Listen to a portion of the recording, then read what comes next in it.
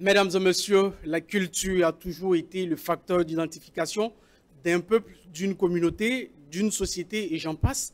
L'histoire également a révélé que les grands-parents tiraient leur force de cette même culture-là, ce qui les permettait de vivre en harmonie, de vivre en communauté, de vivre ensemble. C'est de là que vient le sens même de la citation de Joseph Kizerbo qui stipule, je cite, « Nul n'a le droit d'effacer l'histoire d'un peuple, car un peuple sans histoire est un monde sans âme. » Aujourd'hui, qu'est-ce qui reste de cette culture-là?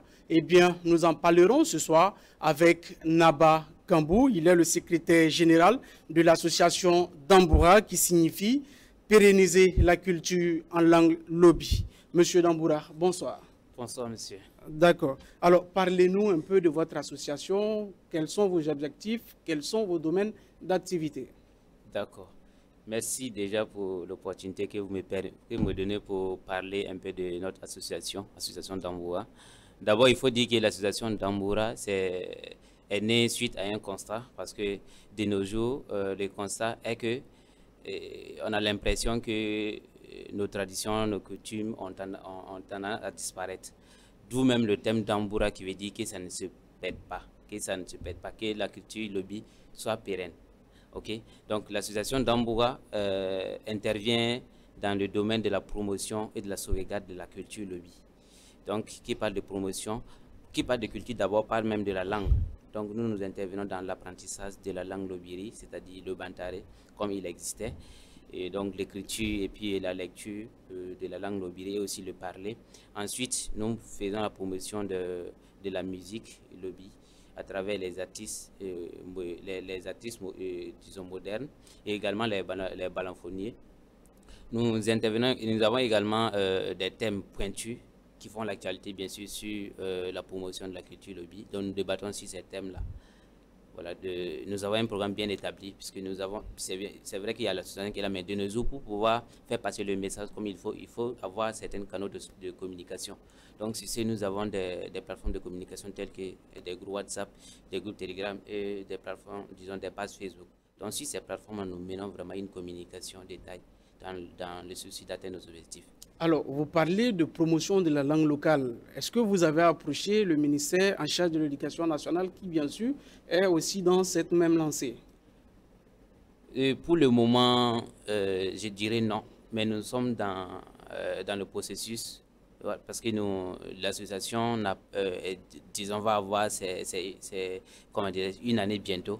Donc nous sommes dans le processus d'aborder les autorités compétentes, ceux qui sont dans la promotion bien sûr de la langue nationale, des langues locales, je peux dire. D'accord. Alors, voilà. Quelle analyse générale vous faites de la consommation culturelle par les peuples africains? Si je dois faire une analyse sur la consommation locale des peuples africains, il faut dire que de nos jours, quoi qu'on dise, on a tout fait, mais la culture occidentale a tendance à, disons, à englober la culture africaine. Donc du coup, tout ce qui concerne la culture africaine, la tradition et autres, ça a tendance à disparaître. Ça, c'est le constat général. Donc, mais ce qui est bien dans ça, c'est qu'il y a beaucoup qui ont pris connaissance, qui ont pris conscience de cette tendance de la disparition des cultures et qui ont mis en place des initiatives telles que notre association, par exemple, pour pouvoir pérenniser les cultures. Oui, mais pourquoi chercher à pérenniser la culture africaine? Quand on dit pérenniser, ça veut dire qu'il y a risque de disparition. Oui, mais pourquoi vous voulez pérenniser la culture africaine? Oui, puisque nous nous identifions déjà par notre culture. D'accord. Voilà, si on me demande qui suis, je suis Kambou Nawa. Donc, c'est vrai que de par Kambou, on sait que je suis lobby. Voilà, mais il y a des sécurités également, il y a des conditions également que je dois remplir pour qu'on sache que je suis vraiment un vrai lobby. Je dois pouvoir parler correctement le lobbyri, sans relâche. Je dois pouvoir expliquer à quiconque qui est un lobby, qui faisait le lobby. Voilà. Je pense que ce sont ces choses qui nous permettent de nous identifier. Et si toutefois ce sont ces choses qui nous permettent de nous identifier, on n'a pas le droit de laisser ces cultures-là. D'accord. Alors aujourd'hui, on voit que la jeunesse a tendance à à laisser passer cette culture africaine dont vous défendez tant? Et également, est-ce que cela ne contribue pas à la radicalisation de ces jeunes-là? Parce que nous savons qu'aujourd'hui, ces jeunes qui sont enrôlés de façon... la plupart des jeunes qui sont enrôlés dans le terrorisme, ce sont des jeunes radicalisés. Est-ce que le fait qu'on ne valorise plus la culture africaine ne contribue pas à cela? Bien évidemment, parce que déjà même quand on parle de la culture ou bien de la tradition, il y a des choses, si vraiment vous êtes rattaché à la tradition, vous n'allez pas oser faire, parce que la tradition condamne. Et tout le monde sait comment dirais-je, je peux m'exprimer ainsi, les condamnations de la tradition. Si on dit ne fais pas telle chose, tu ne vas pas le faire. Et si la tradition ne permet pas que toi, tu te lèves pour aller attaquer ton voisin, ou bien aller voler ton voisin, tu ne vas pas le faire. Mais c'est parce que nous sommes beaucoup se sont mis à l'écart de la tradition qu'on assiste aujourd'hui à cette radicalisation dont vous avez fait cas. D'accord. Voilà. Alors, également, je vais aussi parler de la parenté à plaisanterie qui était signe de vivre ensemble. Aujourd'hui, on a tendance aussi, on voit que cela disparaît tout doucement, n'est-ce pas? Oui, la parenté à plaisanterie, effectivement, cela a tendance à disparaître. Tout simplement parce qu'il y a une menace qui est là, comme je l'ai dit au tout début. Il y a une menace qui est là, donc tout ce qui tourne autour de la culture, ça a tendance à disparaître. Donc, eux, la parenté à plaisanterie. Voilà. Sinon, c'est vrai que de nos jours, quand on rentre un peu plus profond dans les villages, ça existe bel et bien. Par exemple, chez nous, il y a des jours dédiés à la parenté à plaisanterie pour expliquer le bien fondé de la parenté à plaisanterie. Qu'est-ce qu'on peut faire avec la parenté à plaisanterie? On a vu, comment on dit, en 2011, c'est que la parenté à plaisanterie, le rôle qu'a joué la parenté à plaisanterie avec la crise qu'a eu lieu, voilà, la mutinerie, voilà. Au sud-est, il y avait un conflit communautaire. Donc la parenté à plaisanterie vraiment a joué un rôle très important dans ce sens. D'accord. Alors, vous avez aussi demandé à chacun de se donner main dans la main pour revitaliser, bien sûr, la culture burkinabé en particulier et de façon générale la culture africaine. Comment est-ce que cela peut se faire? Bon, je peux dire, hein, c'est juste une conjugaison de forces. Voilà, puisque quoi qu'on dise, même si votre combat est noble et que vous êtes seul, vous n'allez pas atteindre l'objectif. Donc il faut une conjugaison d'efforts. Il faut que chacun mette la main dans la pâte. Celui-là qui se dit vraiment lobby ou bien qui se dit vraiment africain et qui veut s'identifier à partir de sa culture, doit être prêt à s'engager dans toute initiative visant à valoriser et à promouvoir la culture lobby ou bien la culture burkinabé, disons la culture africaine en général. Mais vous ne pensez pas que certains points de la culture africaine sont dépassés? Certains points de la culture africaine, je ne sais pas si vous pouvez me donner un exemple. Par exemple, aujourd'hui, il y a des luttes qui veulent que les femmes soient prises en compte dans les instances de décision. Pourtant, nous savons dans la culture africaine comment ça se passait.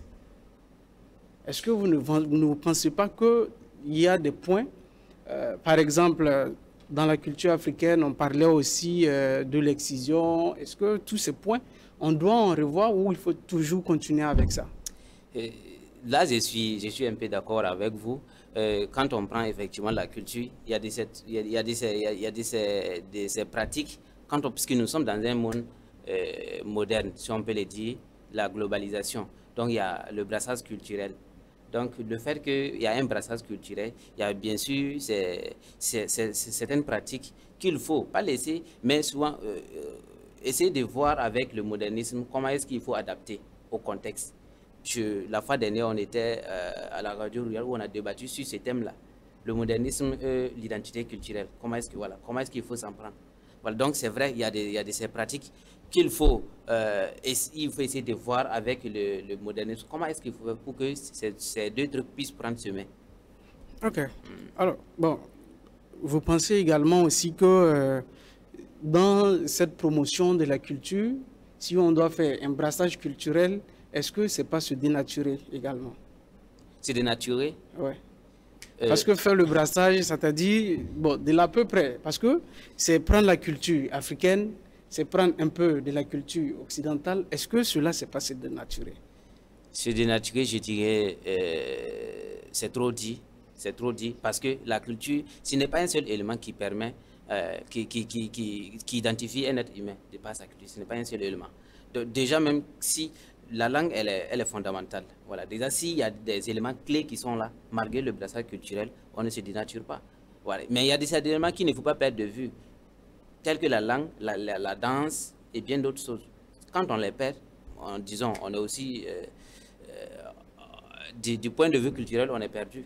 D'accord. Voilà. Alors, donc, on va revenir un peu sur les différentes activités de votre association. Est-ce que après cette émission, vous avez des activités en vue? Oui, bien sûr, nous avons un plan d'action bien défini que nous avons présenté à l'Assemblée générale disons, en mai passé. Voilà. Et nos activités sont essentiellement constituées de la danse, parce que nous avons une troupe de danse en construction, disons, voilà. Nous sommes en train de mettre en place une troupe de danse, donc ce sont des activités de répétition actuellement. Comme également nous sommes une nouvelle association, une très jeune association, nous travaillons également dans la visibilité. Voilà, nous travaillons à être visibles un peu partout. Nous mettons également des sections en place, parce qu'actuellement nous avons une section à Bobo-Dioulasso, parce que quand on dit la culture, nous sommes aujourd'hui éparpillés. Donc, s'il faut vraiment parler de la promotion de la culture, il faudrait que dans chaque coin du monde, il y ait au moins des représentations qui fassent de la promotion de la culture. Donc, c'est ainsi qu'on va atteindre l'objectif. Voilà. À partir de, comment dirais-je, à côté de cela également, nous avons également des débats que nous menons sur les thèmes bien pointus. Voilà, mais nous n'avons pas encore organisé, mais ce sont des choses qui sont sur notre plan d'action. Nous comptons également participer à des événements d'envergure internationale comme le CAO, la SNC, voilà, dans le but de... Est-ce que dans la réalisation de vos différentes activités, vous ne trouvez pas qu'il y a problème quelque part, ou bien est-ce que vous n'êtes pas confronté à des difficultés dans la mise en œuvre de vos activités? Oui, la réalisation de toute activité, comment dirais-je, on a toujours rencontré des difficultés. Voilà, donc c'est vrai que c'est nous sommes jeunes, mais pour le moment, nous rencontrons en tout cas pas mal de difficultés. D'abord, côté ressources humaines, comme je l'ai dit, puisque actuellement, nous sommes un peu dispersés. Donc, c'est de par les canaux de communication, sur la communication digitale, que nous arrivons à communiquer efficacement. Donc, pour pouvoir rassembler les gens et mener des activités sur le terrain, ça pose un problème. Ça, c'est un. De deux, également, puisque nous sommes jeunes également, donc, mais il faut aussi avoir un siège social. Donc, nous sommes également dans cette dynamique-là, mais on ne l'a pas encore eu, puisque ce sont des choses qui requièrent vraiment beaucoup de moyens. Voilà, mais nous sommes toujours dans la même dynamique, voilà, pour pouvoir trouver un cadre, vraiment, surtout qu'il y a des cours de langue, si les cours même actuellement se font en ligne. D'accord. Voilà, alors, vous avez dit que Damboura, c'est ça le nom de l'association, oui, c'est pérenniser la culture, lobby. Oui. Mais pourquoi seulement la culture lobby? Parce que nous savons également qu'au Burkina, ce n'est pas seulement les lobbies. Pourquoi ne pas pérenniser la culture burkinabé et même la culture africaine en général? Oui, c'est de façon spécifique qu'on dit pérenniser la culture lobby. Sinon, quand on a fait l'enregistrement de l'association, dans notre récépissé, dans les tests qui résistent dans notre association, c'est la promotion de la culture en général. Donc, mais dans les faits, c'est vrai que nous, on est lobby, ce serait quand même compliqué d'aller parler de la tradition au Mouaga. Mais qui dit promotion de la culture lobby, puisque nous sommes au Burkina Faso, donc je sais que de nos jours, il y a pas mal d'associations qui sont dans la promotion. Donc c'est la culture burkinabé et africaine qui est promue de façon générale. D'accord. Alors, on me souffle à l'oreillette que le temps accordé est en train de s'achever. D'accord. Est-ce que vous avez un dernier mot? Mon mot de fin, c'est lancer un appel à tous ceux-là qui nous suivent, tous les lobbies ou bien tous les Burkinabés, tous les Africains, que la culture, c'est un élément fondamental de notre vie, c'est un élément qui nous permet de nous identifier, qu'on n'a pas raison à laisser disparaître, parce que nos grands-parents nous ont légué. C'est un héritage vraiment qu'on n'a pas droit. C'est une obligation pour nous. Et quiconque, ou bien ceux-là qui peuvent apporter un quelconque soutien à l'association Damboura afin qu'elle puisse atteindre ses objectifs visés, ces personnes sont les bienvenues à Damboura. Alors, fidèles téléspectateurs, c'était M. Naba Kambou. Il est le secrétaire général de l'association Damboura, qui signifie pérenniser la culture.